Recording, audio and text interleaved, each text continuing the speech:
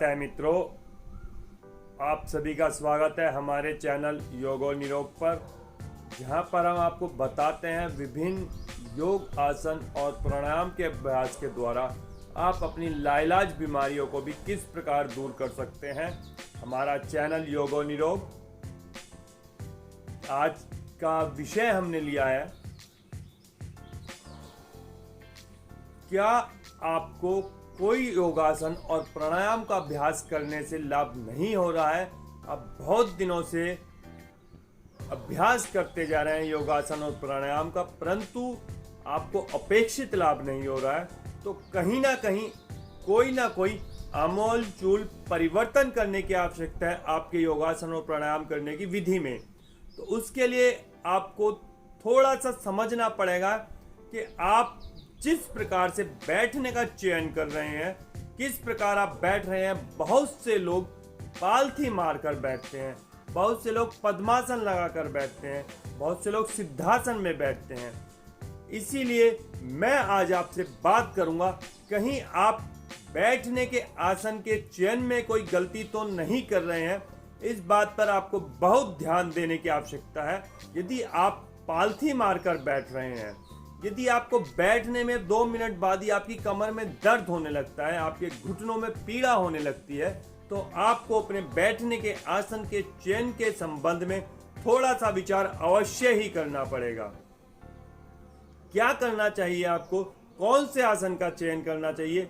यदि आप जानना चाहते हैं क्यों आपको अपेक्षित लाभ नहीं हो रहा है, किस प्रकार से आपको कहीं कोई हानि तो नहीं हो रही है अपने बैठने की स्थिति की वजह से, इन सभी बातों को यदि आप जानना और समझना चाहते हैं तो जुड़े रहिए आज के हमारे वीडियो में। मैं मनोज मेहरा आपका बहुत बहुत स्वागत करता हूं अपने चैनल योग और निरोग पर, और आपका आह्वान करता हूं कृपया 4P पद्धति को अपनाएं, जीवन को निरोग बनाएं, बिना किसी औषधि के द्वारा, बिना किसी चिकित्सक की सहायता के। चलिए प्रारंभ करते हैं आज का सब्जेक्ट।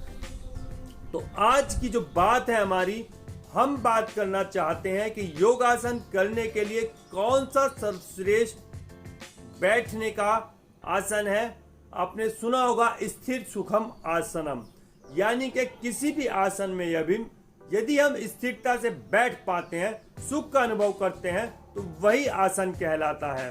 तो यदि हम भी सुख से बैठना चाहते हैं तो हमें पद्मासन का अभ्यास करना चाहिए। पद्मासन मीन्स, पद्म संस्कृत का शब्द है, इसको कमल कहा जाता है। तो जिस आसन में बैठने से आपके शरीर की स्थिति कमल के प्रकार की हो जाए, उसको हम पद्मासन कहते हैं। पद्मासन ही लगाने से आपको अपने किसी भी प्रकार के आसन और प्राणायाम के अभ्यास में बहुत अधिक लाभ होता है। यदि आप बहुत देर तक ध्यान में बैठना चाहते हैं, या आप कपालभाति कर रहे हैं, या आप अनुलोम विलोम प्राणायाम कर रहे हैं, तो आपको हमेशा पद्मासन में ही बैठने का अभ्यास करना चाहिए, क्योंकि पद्मासन सर्वश्रेष्ठ आसन है आपको सभी प्राणायाम के अभ्यास करने के लिए। यदि आपकी कमर में दर्द होने लगता है बैठे बैठे बहुत देर तक, यदि आप 1-2 मिनट में ही थक जाते हैं प्राणायाम के अभ्यास में, कपालभाति, अनुलोम विलोम करते करते, भ्रामरी, उद्गीत प्राणायाम करते करते आप बहुत जल्दी थक जाते हैं, तो आपको सर्वप्रथम पद्मासन का अभ्यास करना चाहिए। पालथी मारकर जो लोग बैठते हैं उनका बहुत हानि की संभावना है, क्योंकि लोग इस प्रकार से बैठते हैं।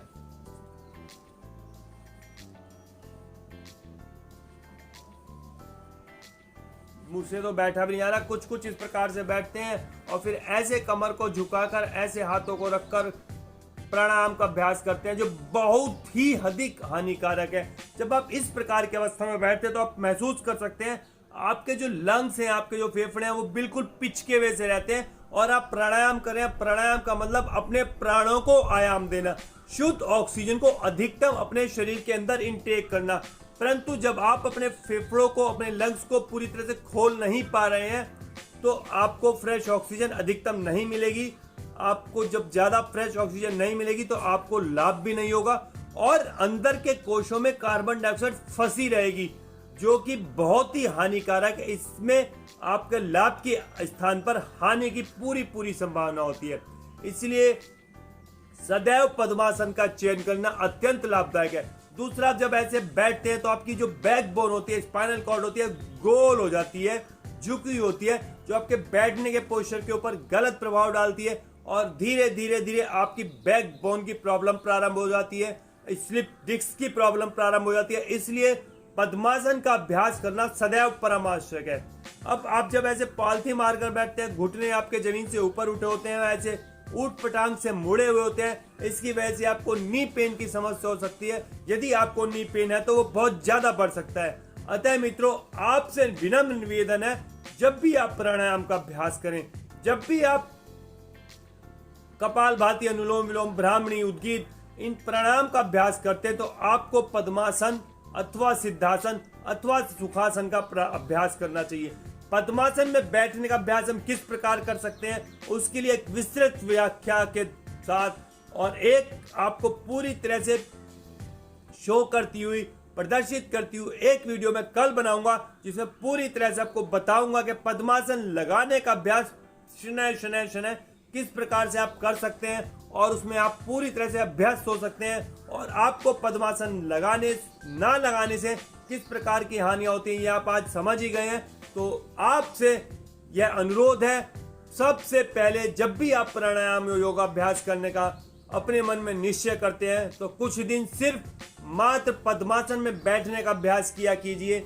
जब तक आप पद्मासन को नहीं लगाएंगे, जब तक आप पद्मासन में बैठने का अभ्यास नहीं करेंगे, आपको जो वो अपेक्षित लाभ होने हैं वो नहीं हो पाएंगे और आप फिर कहेंगे कि मुझे तो योगाभ्यास कर रहा हूँ, मेरी किसी भी बीमारी में कोई भी लाभ नहीं हो रहा है अथवा कोई हानि हो रही है, मेरी तो समस्या बढ़ गई है, मेरी तो स्पाइनल कॉर्ड में स्लिप डिस्क में प्रॉब्लम थी वो बढ़ गई है, मेरी सर्वाइकल की समस्या बढ़ गई है, मेरे नी पेन बढ़ गया है, मुझे मेरी बैकबोन में दर्द रहने लगा है, मुझसे बैठा नहीं जाता है। समस्या वहीं पर है, जब आप फेफड़ों को बंद करके रखते हैं तो आपको फ्रेश ऑक्सीजन नहीं मिलेगी और जब फ्रेश ऑक्सीजन नहीं मिलेगी, आपको प्राणवायु नहीं मिलेगी तो आपको अपेक्षित लाभ नहीं हो पाएगा। इसलिए मित्रों, जब भी आप अपने मन में निश्चय करते हैं कि मैं प्राणायाम योगाभ्यास का आज से प्रारंभ करने वाला हूं, तो सबसे पहले आपको पद्मासन का अभ्यास करना चाहिए।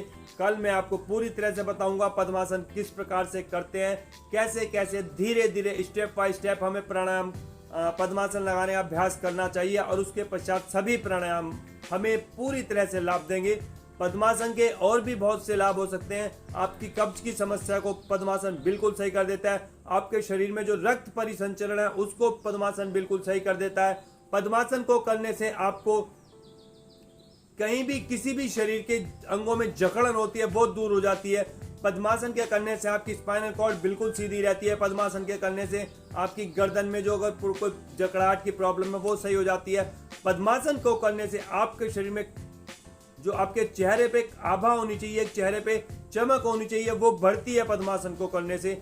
और पद्मासन को करने से सबसे बड़ा लाभ है, आप कितनी ही देर कमर को सीधी करके बैठ सकते हैं, आपकी कमर में दर्द नहीं होगा। पद्मासन में बैठने से ही, पद्मासन को करने से ही आप जो यदि विद्यार्थी हैं तो आपको पढ़ना भी चाहिए। जो लोग पद्मासन में बैठकर पढ़ाई का अभ्यास करते हैं, अपने पाठ को लर्न करने का प्रयास करते हैं, उनकी एकाग्रता बढ़ती है और उनको जीवन पर्यंत कुछ भी भूलता नहीं है। पद्मासन करने से आपकी एकाग्रता भी बढ़ती है। अतः मित्रों, पद्मासन कैसे करते हैं इसको विस्तार से समझने के लिए कल आने वाली वीडियो का इंतजार कीजिए और उसको जरूर देखिए।